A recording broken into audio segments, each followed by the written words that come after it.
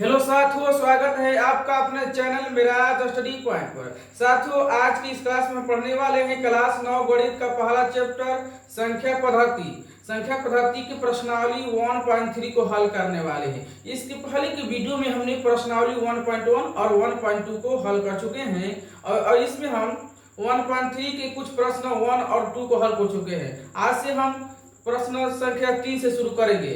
तो चलिए बिना समय गवाए हम क्लास को स्टार्ट करते हैं। तीसरा सवाल कहता है निम्नलिखित को P बाई Q के रूप में लिखिए जहां P और Q पूर्णांक है और Q बराबर 0 ना हो।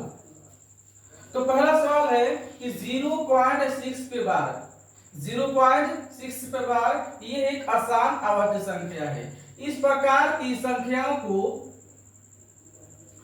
P बाई Q के रूप में बदलने के लिए क्या करते हैं कि हम देखते हैं कि दशमलव के बाद संख्या रिपीट हो रही है, ये आसान आवर्ती है और जितनी संख्या दशमलव के बाद होती है उतनी संख्या को ऊपर लिख लेते हैं।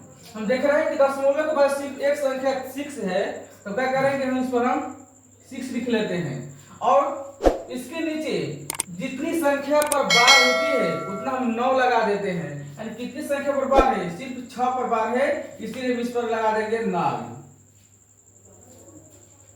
इसका हल करेंगे 2/3 6, 2/3 6 और 3/3 9, 2/3। इसका ये रूप है P बाई Q का रूप है, यानी 0.6 पर 6 के बार बराबर 2/3 होता है। इसका दूसरा सवाल है कि 0.047 पर बार को कैसे बदलते हैं। P बाई Q को बदलना है। देखिए 0.47 पर बार इसे बदलना है। हम देखते हैं कि दशमलव के बाद दो संख्याएं हैं, जितनी संख्या है हम उतना संख्या लिख लेते हैं। तो लिख लेते हैं ये कितना है संख्या 47 है।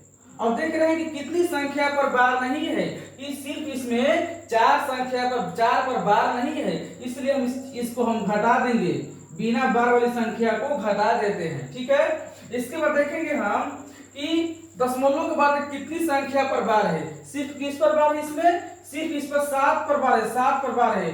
जितने पर बार होगा हम उतना 9 लगा देंगे। तो कितने पर बार है, 1 पर, यहाँ हम लगा देते हैं 9। अब देख रहे हैं कि इस 7 के बाद एक संख्या और 4 पर बार नहीं है। जितनी संख्या पर बार न हो, रेकरिंग न हो, तो हम उतना 0 लगाते हैं। देखते हैं कि सिर्फ इस पर सिर्फ 4 पर बार नहीं है, इसलिए क्या लगा देंगे, सिर्फ 0। घटाएंगे 47 में से 4 जाएगा 43 और 90 बचेगा। ये रहा 0.47 बराबर 43/90। इसके और साथी तरीके होते हैं एक से लगाकर। ये बहुत ही आसान तरीका, आप अपने एग्जाम में इसको अच्छे तरीके से कर सकते हैं।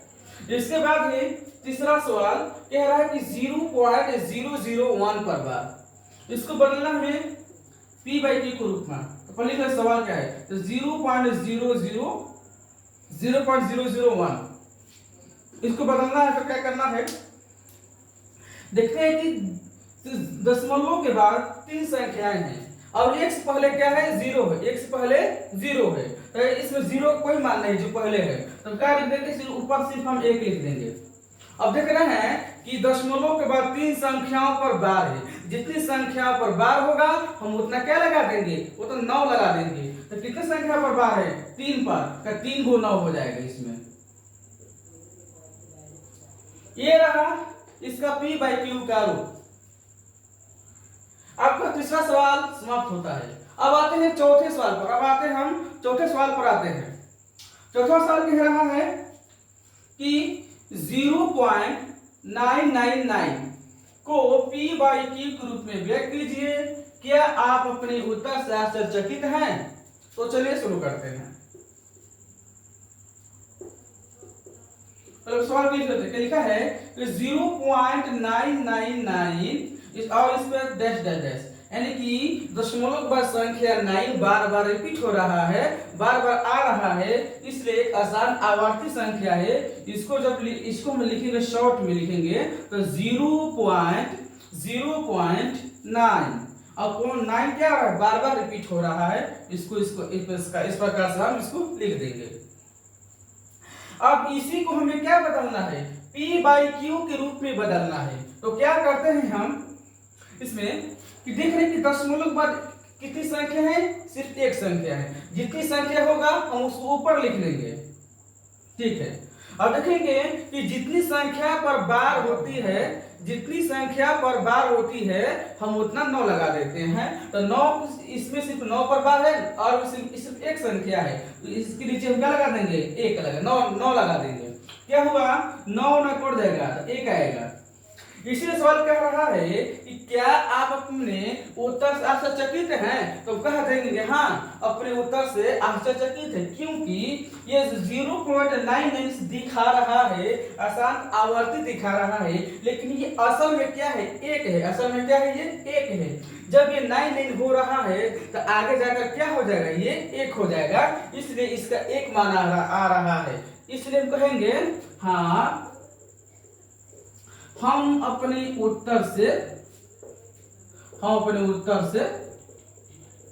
आश्चर्यचकित हैं, आश्चर्यचकित हैं। तो साथियों सबसे पहले आप इसका स्क्रीनशॉट ले लें। इसके बाद हम आते हैं 5वां सवाल पर। 1/17 का दशमलव प्रसार में अंकों की पुनरावृत्ति खंड में अंकों की अधिकतम संख्या क्या है, लंबी विभाजन से बताएं। यानी कि 1/17 में 17/1 जब हम 1 से भाग देंगे उसकी अंकों पुनरावृत्ति खंड कितना होगा, ठीक है। देख रहे हैं 1/17, इसको देखने से पता चल रहा है ये आसान आवर्ती होगा।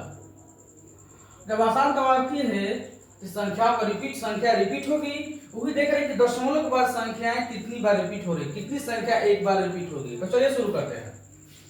तो इसको जांच करने के लिए क्या करेंगे, सबसे पहले इस 17 से हम एक भाग करेंगे,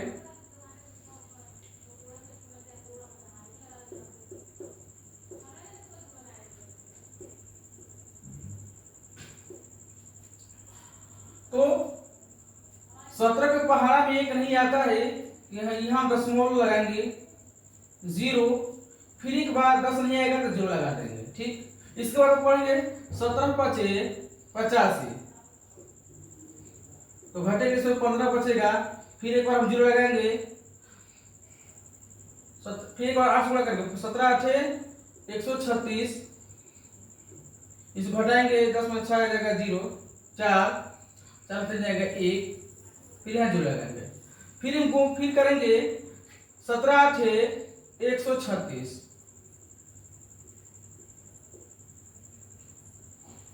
10 में 6 जगह 4, सिर्फ 4 बचेगा, फिर ये 4 17 को हम 4 करेंगे तो फिर यहाँ 0 लगाएंगे, 17 दूना का 34, 14 दूना का 34, ये हम 0 लगाएंगे, 6 बचा। फिर इसके बाद इसमें हम भाग करेंगे, यहाँ 0 लगाएंगे तो 17 × 3 = 51, 17 × 3 = 51,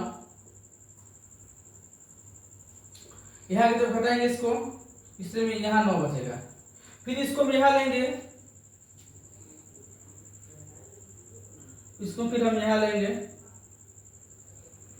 इस 17 में 9 से भाग करेंगे 9 में, तो यहाँ 0 बिठाएंगे, इसी को हम यहाँ लिख देंगे, जिसका जो भागफल है इसको यहाँ लिखते हैं, तो लिखेंगे 17×5 = 85, 17×5 = 85, तो घटेगा इसमें सिर्फ 5 बचेगा, फिर यहाँ हम 0 लगाएंगे, फिर यहाँ हम क्या करें 0 लगाएंगे, 17 दूना का 34, 17 × 3 = 51, यहाँ के 2 बार में, तो 17 दूना का 34, तो यहाँ 6 1 16 और यहाँ 0 बिठा देंगे, तो 17 × 9 = 153, फिर यहाँ में 9 बैठा देंगे, 17 × 9 = 153, इसमें से 7 बचा घटेगा, तो फिर यहाँ 0 लगाएंगे, तो 17 × 9 = 17 × 8 = 67, 17 × 9 = 17 × 4 = 68, इसके 9 के बाद यहाँ हम चलेंगे 17 × 4 = 68, यहाँ 2 बचा, ठीक है सर। इसके बाद फिर यहाँ जीरो लगाएंगे हम, तो इसको बाद एक से गुणा करेंगे, 17 एकम 17, 17 एकम 17, तो यहाँ बचा 3। फिर इसके बाद इस 3 को ऊपर ले जाएंगे, फिर 17 से भाग करेंगे, यहाँ जीरो उठाएंगे, फिर इससे गुणा करेंगे, कितना होगा ये 17 एकम 17, यहाँ 17 एकम 17, घटाने पर 13 बचेगा, यहाँ 3 यहाँ जीरो बिठाएंगे हम, 17 7 7 बार ले जाएंगे हम इसको, 17 7 119, यहाँ 1 11 बचा यहाँ, फिर इसमें हम जीरो लगाएंगे, तो 17 छक्का 102, 17 छक्का 102, ये करेंगे इसको, या 8 बचेगा जितना घटाने पर, फिर यहाँ जीरो बैठाएंगे, 17 चौका 68, 17 पचे 85, 17 चौका 68, 4 बार में 17 चौका 68, फिर 1 12 बचा, फिर जीरो लगाएंगे हम, 17 7 119, यहाँ बचा 1, यानी कि लास्ट में कितना शेषफल बचा 1, दोबारा फिर से वही 1 आ गया, यानी कि 17, इस प्रकार फिर आ गया, यानी कि कितनी संख्या रिपीट हो रही है इसमें कि 0 पॉइंट देख रहे हैं हम यहाँ कि 1/7 बराबर 0.0588, फिर 2 3 5, फिर 2 9, फिर 4 1 1, फिर 76 47, इस 7 के बाद लास्ट में क्या आ रहा है 1 आ रहा है। हमने यहाँ 1 से शुरू किया था, हमने क्या किया था, यहाँ हमने 1 से शुरू किया था, लास्ट में फिर यहाँ 1 आ गया, यानी कि इतनी संख्या 1/17 के अशांत आवर्त दशमलव प्रसार में रिपीट होगी।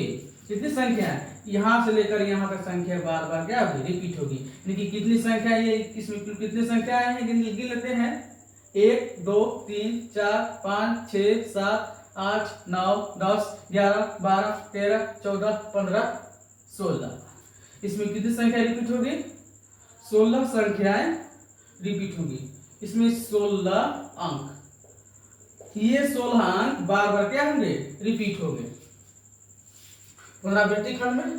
तो साथियों इसके बाद हम आते हैं 6वां सवाल पर। सबसे पहले आप इसका स्क्रीनशॉट ले लें।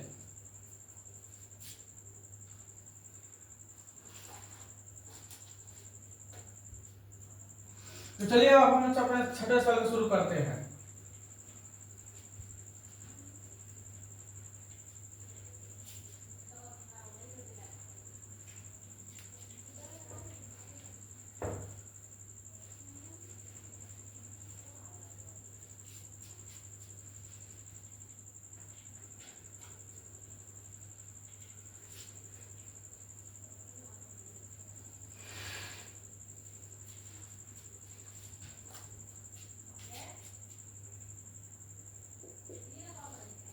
छठा सवाल है P बाई Q के रूप की परिमेय संख्याओं को अनेक उदाहरण दीजिए जहां P और Q पूर्णांक हैं जिनका एक के अतिरिक्त कोई अन्य उभयनिष्ठ गुणनखंड ना हो और जिनका दशमलव प्रसार शांत हो। ये छठा सवाल है।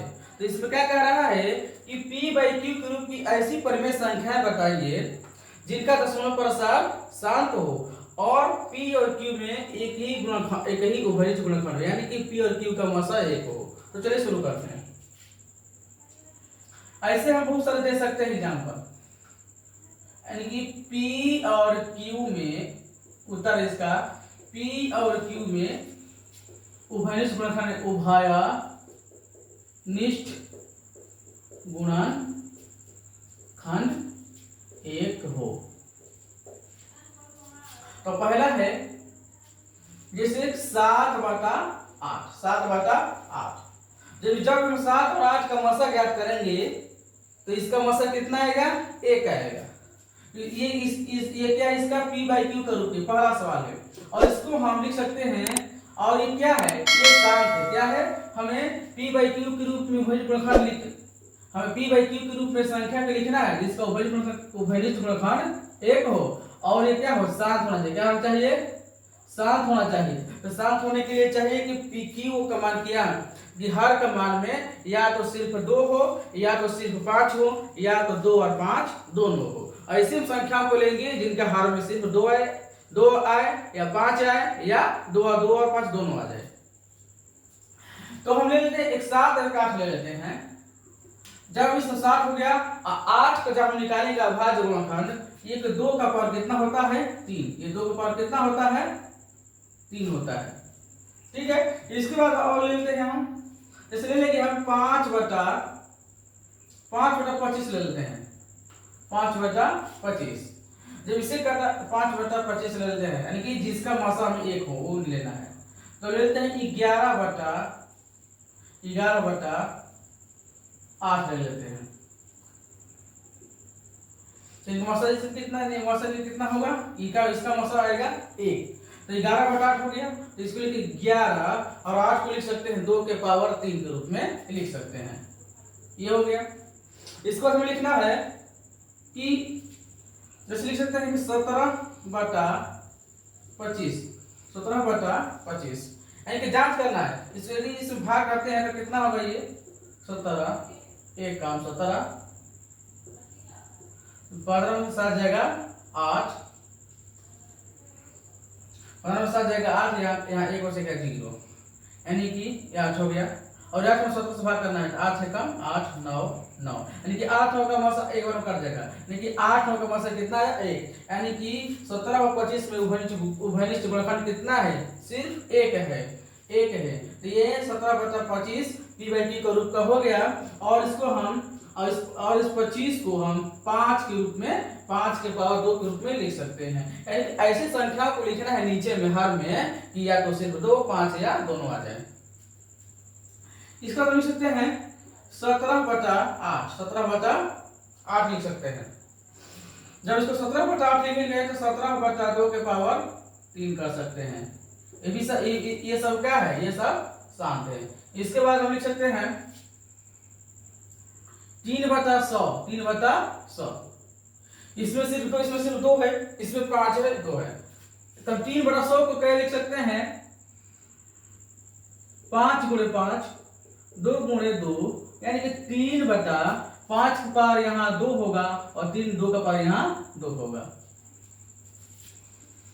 जो साथियों देख रहे हैं कि हम कितनी भी संख्याओं को ले रहे हैं और जिनके बीच का मासा 1 है, जिनके बीच का मासा यानी कि उनके बीच का उभयनिष्ठ गुणनखंड 1 है, एक के अलावा कुछ नहीं है। और इन 7 लाना है तो 7 की जो संख्या दशमलव संख्या होती है 7 होती है, उसके हर में कितना होना चाहिए, हर का मान है कि क्यू का मान कितना होना चाहिए, या तो सिर्फ 2 का घात हो या तो सिर्फ 2 का घात हो या तो सिर्फ 5 का घात हो या तो दोनों का घात हो, यानी कि या तो हर में 2 हो या 5 हो या 2 और 5 दोनों हो। तो कहेंगे क्यू के किस मान के लिए शांत है, क्यू के 2 के घात के लिए 5 के घात के लिए सिर्फ मान्य है। आपका छठा सवाल समाप्त होता है। इसको हम आते हैं 7वें सवाल पर। तो 7वें सवाल कहता है कि ऐसी 3 संख्याएं लिखिए जिनके दशमलव प्रसाद अनावसानी अनावर्ती हो, यानी कि जिसका दशमलव प्रसाद आसान अनावर्ती हो। तो चलिए हम 7वें सवाल को बढ़ाते हैं।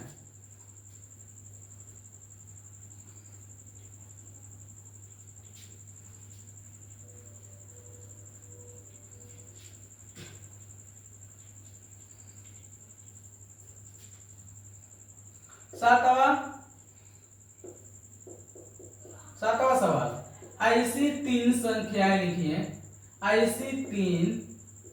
ऐसी तीन संख्याएं लिखिए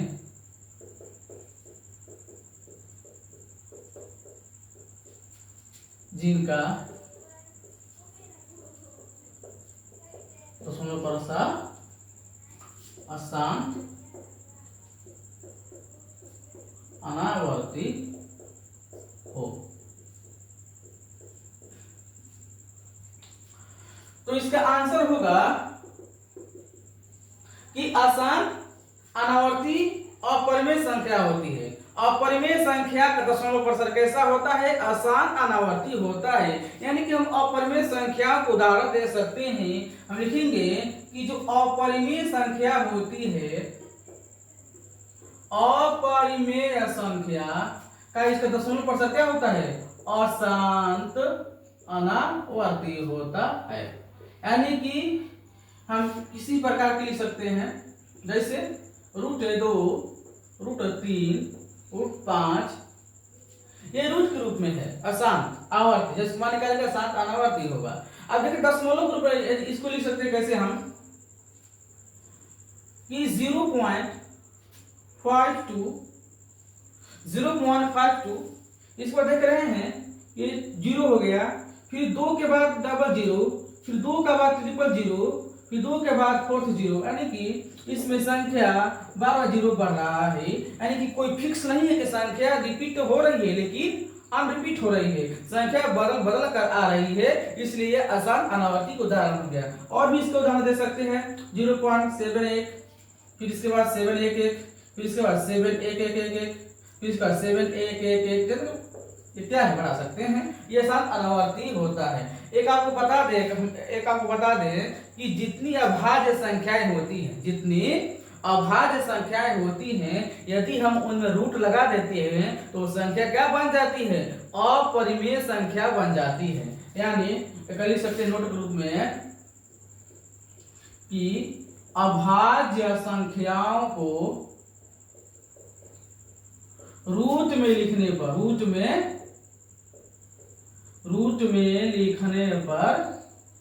वह अपरिमेय हो जाती है। क्या हो जाती है? अपरिमेय हो जाती है।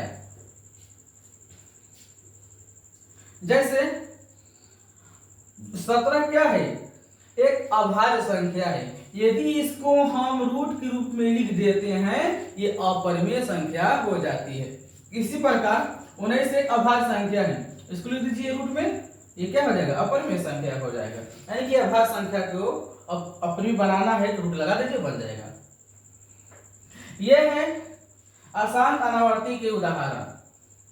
इसको का सवाल है 9वां सवाल, 8वां सवाल है, इसको भी बनाते हैं।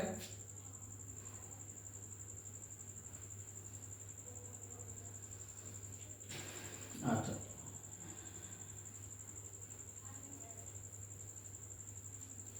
9वां सवाल कह रहा है कि परिमेय संख्याओं, 8वां सवाल कह रहा है परिमेय संख्याओं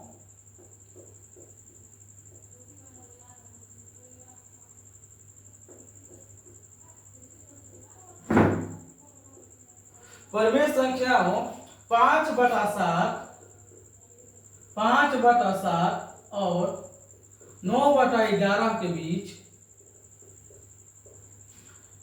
9/11 के बीच तीन अलग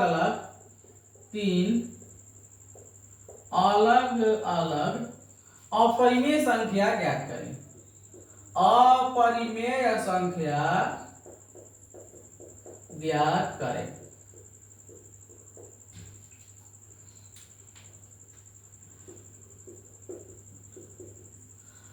तो साथियों, जैसा कि आप जानते हैं कि दो परिमेय संख्याओं के बीच अनंत परिमेय संख्याएं होते हैं, उसी तरह दो संख्याओं के बीच अनंत अपरिमेय संख्या होते हैं। हमें दो परिमेय संख्याओं के बीच तीन अपरिमेय संख्याएं ज्ञात करना है। तो सबसे पहले देखिए कैसे करते हैं। 5/7 और 9/11 के बीच में ज्ञात करना है। तो सबसे पहले इनका हम क्या करेंगे? आसान आवर्ती के रूप में लिखेंगे, क्योंकि ये आसान आवर्ती है। दशमलव प्रसार ज्ञात करेंगे। तो चलो दशमलव प्रसार कैसे ज्ञात करते हैं, देखिए। 5/7 ज्ञात करना है तो 7 से 5 में भाग करेंगे। यहाँ 5 नहीं कटेगा, 0 का दशमलव 0, 7 7 49, 1 बचा, फिर जो देंगे यहाँ 7 एकम 7, 10 में 7 जाएगा 3, फिर यहाँ 0 देंगे, 7 चौका 28, फिर यहाँ 2 आएगा, फिर इसको 0 देंगे, 7 दूना का 14, यहाँ 6 बचेगा। यानी कि हम देख रहे हैं कि जो संख्या 0.7142 के आसपास रिपीट हो रही है, लेकिन इसके आस-पास कुछ संख्या आ रहा है। इस जो लगेंगे 57 60 8 56 7 7 8 56 4, फिर जो लगाएंगे हम 7 8 56 7 चौका 7 5 35 करेंगे 5 बचा, यानी कि फिर से 5 बच गया, यानी कि हम लिख सकते हैं 5 बटा 7 बराबर, यानी कि 5 लास्ट में यहाँ आ गया कि इतनी संख्या का रिपीट हो रही है, तो 0.714285 ये संख्या रिपीट हो गई।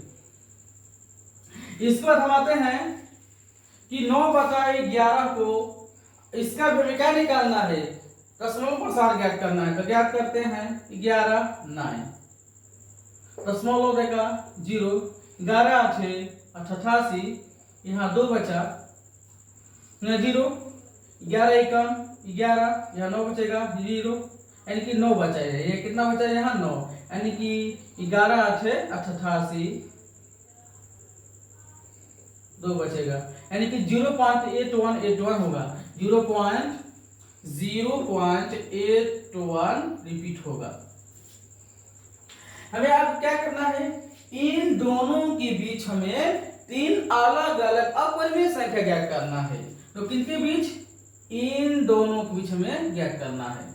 तो अब गौर से देखिए कि दशमलव के बाद इसका जो दशांश है 7 और दशमलव के बाद इसका दशांश क्या है 8, यानी कि 0.8 क्या है, इससे ये बड़ा है, कुल मिलाकर हम क्या ज्ञात करना है 0.8 पर बार एवं 0.714285 के बीच ज्ञात करना है। तो ज्ञात करते हैं, पहला होगा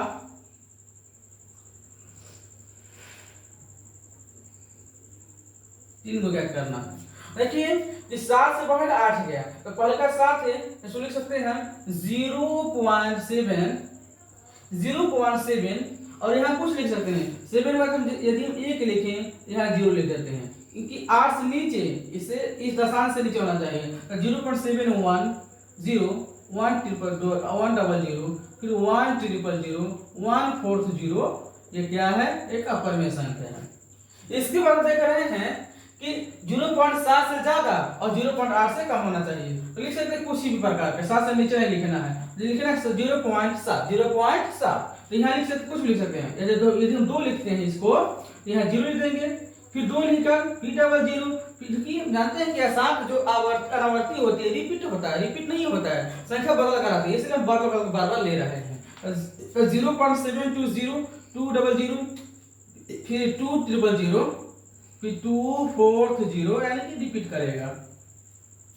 इसके बाद आते हैं तीसरा अपरिमेय संख्या हो सकता है 0.7 को लिखना ही पड़ेगा, 7 को लिखना पड़ेगा। इसके बाद यहाँ 1 2 3 कुछ भी लिख सकते हैं, जैसे हम लिख सकते हैं जहाँ 7 लिख लेते हैं, या इसका हम 6 लिख लेते हैं, इसको क्या करेंगे 60 फिर 600 फिर 6000, इसी प्रकार क्या करेंगे, ये क्या है, आसान अनावर्ती है, यानी कि 2 परिमेय संख्या जब लिख सकते हैं, नोट लिख सकते हैं कि 2 परिमेय संख्याओं के बीच, 2 परिमेय संख्याओं के बीच अनंत क्या अनंत होती है, परिमेय संख्या और अपरिमेय संख्या, और 2 अपरिमेय संख्या के बीच भी अनंत परिमेय संख्या अनंत अपरिमेय संख्या। तो ये आपका 8वां सवाल कंप्लीट होता है। इसके बाद है 9वां सवाल, तो इसको ये अंतिम सवाल है।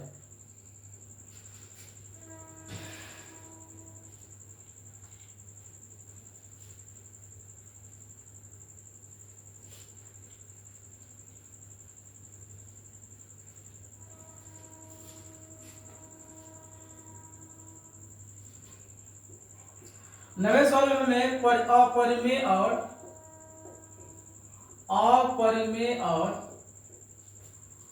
अपरिमेय और परिमेय संख्याओं को पहचानना है, परिमेय संख्याओं को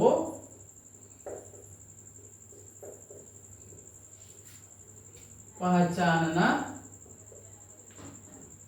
है ना है। इसका पहला सवाल है √23,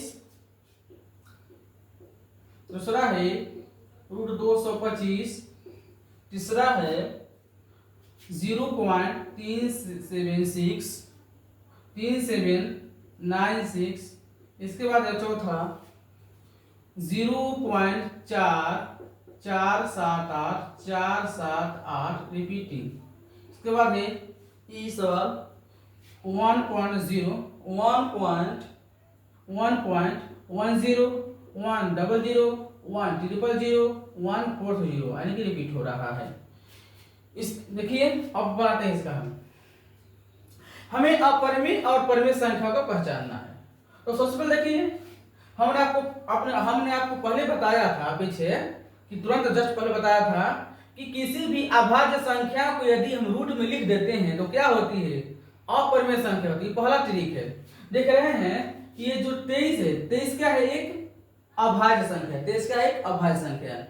इसको यदि हम रूट लगा देते हैं तो अपरिमेय संख्या हो जाती है। ये तो पहला ट्रिक है।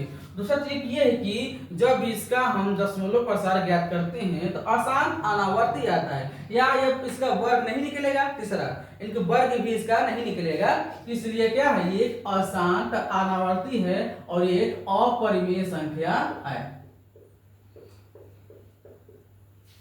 इसको देख रहे हैं √225, जब इसका वर्ग ज्ञात करते हैं, जब हम इसका वर्ग ज्ञात करते हैं तो ये क्या होता है, ये 15 गुणे 15, ये क्या होता है, ये 15 गुणे 15 होता है। इसको बाहर निकालने पर क्या होगा, ये सिर्फ 15 होगा। तो 15 क्या है, एक परिमेय संख्या है, यानी कि √225 एक परिमेय संख्या है।